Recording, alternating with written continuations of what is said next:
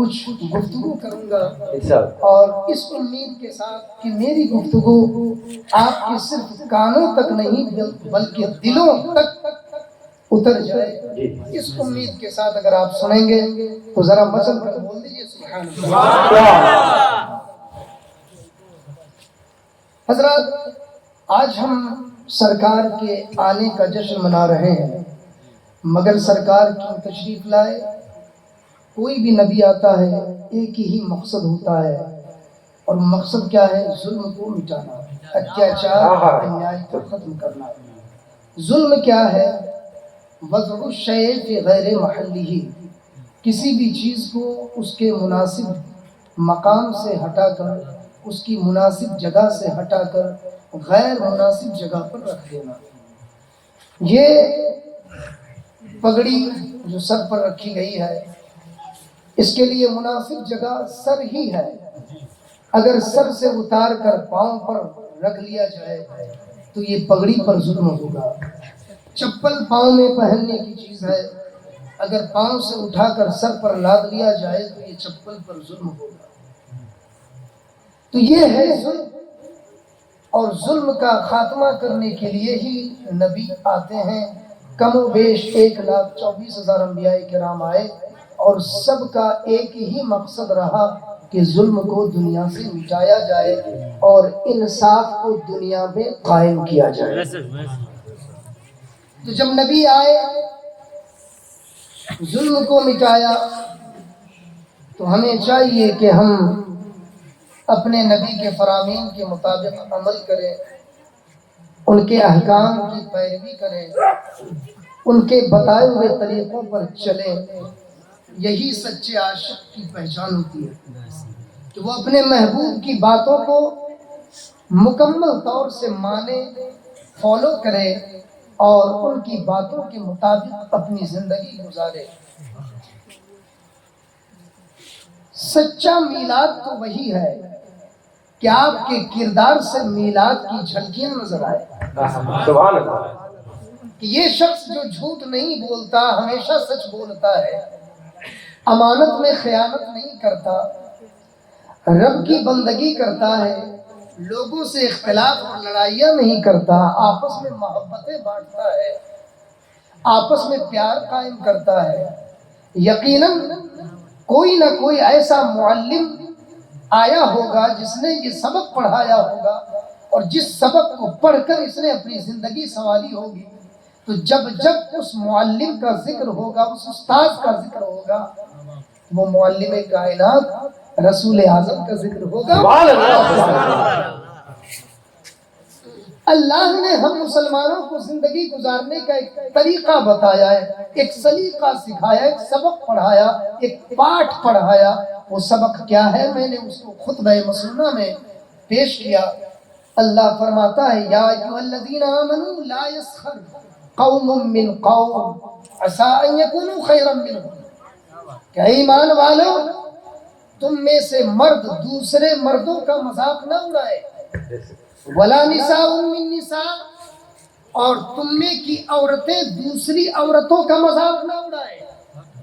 عسى ان یکن خیرا منہن، ہو سکتا ہے کہ جن عورتوں کا مذاق اڑایا جا رہا ہو، مذاق اڑانے والی عورتوں سے یہ بہتر ہو، یا جن مردوں کا مذاق اڑایا جا رہا ہو ان مذاق اڑانے والے مردوں سے یہ مرد بہتر ہو.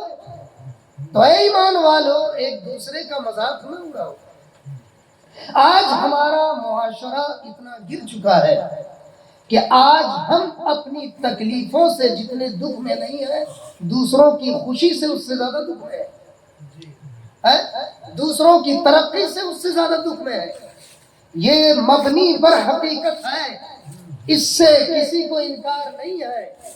یہ بالکل مسلمہ حقیقت ہے کہ یہ سماج، یہ معاشرہ اور ہمارا نظریہ اس قدر گر چکا ہے کہ ہم اپنے گرے بانوں میں نہیں جھانکتے، دوسروں کی غلطیاں، دوسروں کی عیب جوئی، دوسروں کی ٹوہ میں ہم پڑتے ہیں.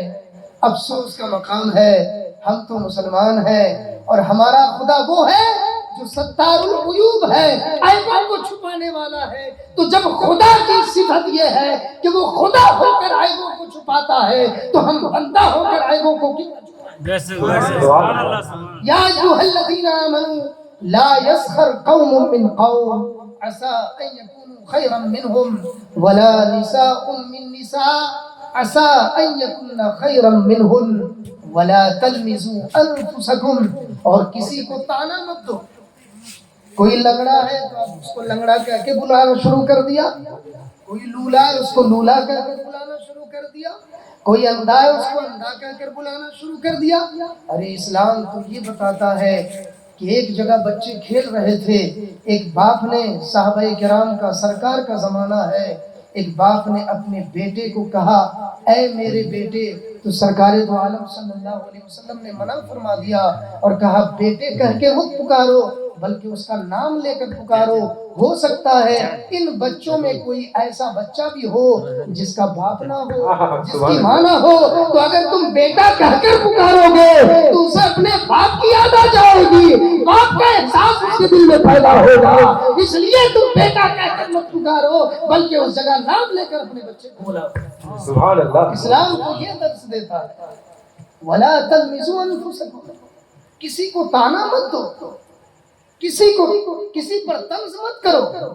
اسلام کا یہ سبق نہیں ہے، اسلام تو بھائی چارے کا درس دیتا ہے۔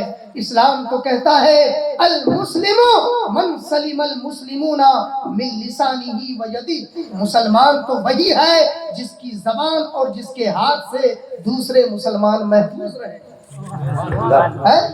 جس کی زبان اور جس کے ہاتھ سے آج ہم نے گالی دے دی، آج ہم نے برا بھلا کہہ دیا، آج ہم نے ڈانٹ ڈپٹ کر دی، آج ہم نے الٹا سیدھا بک دیا، سامنے والے کو زبان سے تکلیف ہو گئی، آج ہم نے کسی پر ہاتھ اٹھا دیا، کسی کو مار دیا، کسی کو پیٹ دیا، ہم نے اپنے بدن سے اپنے ہاتھ سے اس کو تکلیف دے دی۔ اللہ کی قسم، اللہ کے رسول فرماتے ہیں مسلمان، کامل مسلمان وہ نہیں ہے بلکہ کامل مسلمان تو وہ ہے المسلم من سلم المسلمون من لسانہ و یدہ، کہ مسلمان کامل وہ ہے جس کی زبان اور جس کے ہاتھ سے دوسرے مسلمان محفوظ رہے۔ ہماری زبان سے بھی کسی کو تکلیف نہ پہنچے، ہمارے ہاتھ سے بھی کسی کو تکلیف نہ پہنچے۔ افسوس تو یہ ہوتا ہے کہ ایک انسان زندہ رہتا ہے، پڑوسی ہے، اس کے ساتھ ہمارا اختلاف ہے، اس کے ساتھ ہمارا جھگڑا ہے، اس کے ساتھ ہمارا ریلیشن خراب ہے، اس سے ہماری بات چیت بند ہے، وہی پڑوسی جب انتقال کرتا ہے، اس کی نماز جنازہ ہوتی ہے تو پھر اسی پڑوسی کی ہم تعریف کرتے ہیں۔ کیوں؟ جب وہ زندہ تھا تو اس کی قدر کیوں نہیں کی؟ جب وہ زندہ تھا تو اس سے بات چیت کیوں نہیں کی؟ جب وہ زندہ تھا تو اس سے رشتہ داریاں کیوں نہیں نبھائی؟ آج جب وہ یہ دنیا چھوڑ کر چلا گیا تو آج تم اس کی تعریف کر رہے ہو۔ یاد رکھو یہ دنیا 60 سالہ زندگی، 70 سالہ زندگی ہے۔ حضرت موسیٰ علیہ السلام کا زمانہ تھا، ایک بڑھیا جس کی عمر 400 سال تھی، وہ رو رہی تھی کہ اتنی کم عمر ملی ہے۔ اس زمانے میں 800 سال 900 سال کی زندگی ہوتی تھی۔ تو حضرت موسیٰ علیہ السلام نے فرمایا بڑھیا کیوں رو رہی ہو؟ کہا اتنی کم زندگی ملی ہے۔ تو حضرت موسیٰ علیہ السلام نے فرمایا جو آخری نبی ہوں گے ان کی امت کی عمر 60 سے 70 سال ہوگی۔ اے بڑھیا، تو آج ایک کٹیے میں اپنی زندگی گزار رہی ہے، جو آخری نبی کی امت ہوگی 60 سے 70 سال تو جیے گی، مگر سب سے اونچی بلڈنگیں بنانے والی بھی وہی ہوگی، اونچی عمارتیں قائم کرنے والی بھی وہی ہوگی۔ آج اگر غریب ہے نا تب بھی سرکار کی مدد مل ہی جاتی ہے، حکومتی اسکیم آ ہی جاتی ہے۔ اب غریب سے غریب بھی اب پکی بلڈنگیں اور پکی عمارتیں بنا رہا، یہ قیامت کی نشانی نہیں تو اور کیا ہے؟ ہم 60 اور 70 سالہ زندگی کہ جو زندگی مسافر کی سی زندگی ہے، اس زندگی میں بھی ہم اختلاف کرتے ہیں۔ سرکار فرماتے ہیں یہ دنیا کی زندگی ایسی ہی ہے کہ عابر سبیل، جیسے راستہ پار کرنے والا کہ اس کو یقین نہیں ہوتا کہ راستہ پار کر ہی لیا جائے گا، ہو سکتا ہے کہ کوئی گاڑی آ جائے اور ایکسیڈنٹ کر دے، اس لیے زندگی کا بھروسہ نہیں۔ اسی طریقے سے یہ دنیا کی زندگی ہے جو راستہ پار کرنے والے کی طرح ہے، اس کا کوئی بھروسہ نہیں ہے۔ اس لیے 60 سے 70 سالہ زندگی یہ تو میں آخری حد بتا رہا ہوں، ورنہ ابھی جو دنیا میں نئی نئی بیماریاں آئی ہیں جو 40 سال بھی صحیح سے جینے نہیں دے رہی ہے، 40 سال بھی صحیح سے جینے نہیں دے رہی ہے۔ اس مختصر سی زندگی میں آپس میں ہمیں چاہیے کہ ہم بھائی چارہ قائم کریں۔ قرآن کہتا ہے انما المؤمنون اخوہ، بے شک مومن آپس میں بھائی بھائی ہے۔ سبحان اللہ۔ ارے وہ رشتہ ہو نہ ہو، چچا زاد ہو نہ ہو، پھوپھا زاد ہو نہ ہو، خالہ زاد ہو نہ ہو، مومن ہے تو وہ بھائی ہے۔ اور جب بھائی ہے تو وہ تمہارا اپنا رشتہ ہے، اس کے ساتھ اچھا سلوک کرنا یہ تمہارا دینی فریضہ ہے۔ کیا تم نے دیکھا نہیں کہ جب سرکار مکہ سے ہجرت کر کے مدینہ تشریف لائے تھے، اس وقت جو مکہ کے لوگ تھے بے سر و سامان تھے، چونکہ مکہ والوں نے نکال دیا تھا بے سر و سامان، سب کا سب سامان اور سرمایہ مکہ ہی میں رہ گیا تھا، بالکل غریب اور نہتے ہو کر مدینے میں آئے تھے، تو سرکار نے ان کی زندگی کو برقرار رکھنے کے لیے صحابہ کرام میں آپس میں بھائی بھائی کا رشتہ قائم کر دیا۔ ایک صحابی کے ساتھ ایک مکہ کے صحابی کو بھائی بنا دیا۔ تو جانتے ہو انہوں نے صرف ظاہری بھائی چارگی نہیں نبھائی کہ صرف ایمانی اعتبار سے بھائی نہیں، بلکہ حقیقی بھائی سے بھی اعلیٰ درجہ دے دیا۔ سبحان اللہ۔ اپنی زمینیں آدھے آدھے حصوں میں بانٹ کر آدھا حصہ اپنے لیے اور آدھا حصہ اپنے مہاجر بھائی کے نام کر دیا۔ یہاں تک کہ جس مدینے کے صحابی کی 2 بیویاں تھیں، ایک بیوی کو طلاق دے کر اپنے مہاجر بھائی کے نکاح پہ دے دیا۔ اتنی بڑی قربانی کوئی دے سکتا ہے؟ یہ بھائی چارگی، یہ اخوت، یہ رشتہ داری، یہ ایمانی جذبہ، یہ محبت، یہ پیار ہمارے درمیان تھا، آج وہ محبت ہمارے درمیان سے کہاں چلی گئی؟ وہ صحابہ کرام کا ساتھ گھر ایک گاؤں تھا، بہت غریب گاؤں تھا، وہاں ایک بکرے کا سرا آیا، تو ایک گھر نے سوچا، جس گھر میں پہنچا اس نے سوچا میں کھاؤں اور میرا پڑوسی بھوکا رہے، فوراً بغل والے گھر کو دے دیا۔ بغل والے نے بھی یہی سوچا میں کھاؤں میرا پڑوسی بھوکا رہے، اس نے اس بغل والے کو دے دیا۔ اس طریقے سے گھوم پھر کر پھر اسی گھر میں آیا جس گھر میں پہلے بکری کا سرا پہنچا۔ پھر سب نے مل بانٹ کر پکایا اور آپس میں اتحاد اور اتفاق کے ساتھ اس کو سب نے کھایا، نوش کیا۔ اے میرے ملت کے نوجوانوں، کہاں ہے یہ صحابہ کرام کا کردار؟ ہم تو عاشق اپنے آپ کو کہلاتے ہیں، مگر یہ عشق ہو تو عشق کا اظہار ہونا چاہیے۔ عشق ہے مگر عشق کا اظہار کہاں ہے؟ ہم تو صرف کھوکھلے دعوے کرتے ہیں، دعوے پر دلیل چاہیے، اور دلیل اسی صورت میں ہوگی جب ہم اتحاد کریں گے۔ متحد ہو تو بدل ڈالو زمانے کا نظام، متحد ہو تو بدل ڈالو زمانے کا نظام، منتشر ہو تو مرو، شور مچاتے کیوں ہو؟ منتشر ہو تو مرو، شور مچاتے کیوں ہو؟ یونائٹڈ وی اسٹینڈ، ڈیوائیڈڈ وی فال۔ اتحاد ہماری زندگی ہے، یکتائی ہماری زندگی ہے، اتفاق ہماری زندگی ہے، اور انتشار اختلاف ہمارے لیے موت ہے۔ عزیزان ملت اسلامیہ، ولا تلمزوا انفسکم، اور کسی پر تانا زنی نہ کرو، ولا تنابزوا بالالقاب، اور برے لقب سے کسی کو نہ پکارو، برے ٹائٹل سے کسی کو نہ پکارو۔ بئس الاسم الفسوق بعد الایمان، ایمان لانے کے بعد فاسق کہلانا کیا ہی برا نام ہے۔ ایک شخص جو مومن ہو، سرکار پر ایمان کا دعوے دار بھی ہو، ایک اللہ کو ماننے والا بھی ہو، اور اس کے ساتھ وہ اللہ کے فرمانوں کا انکار بھی کر رہا ہو، اس کی نافرمانیاں بھی کر رہا ہو، اس کی حکم عدولی بھی کر رہا ہو، اس کے فرامین کے خلاف چل رہا ہو، یہ کیسے ہو سکتا ہے؟ اس لیے کیا ہی برا نام ہے کہ ایمان لانے کے بعد فاسق کہلایا جائے۔ وَمَن لَّمْ يَتُبْ فَأُولَٰئِكَ هُمُ الظَّالِمُونَ، اور جو توبہ نہیں کرتا وہ ظالموں میں سے وہی ظالم ہے۔ یعنی یہ تمام چیزیں عدل و انصاف کے دائرے میں ہیں، اور ان کے خلاف چلنا وہ ظلم ہے، اور جو توبہ نہیں کرے گا اپنے کیے پر وہ ظالم کہلائے گا، اور ظالم کی سزا قیامت میں جہنم ہے۔ پھر اللہ فرماتا ہے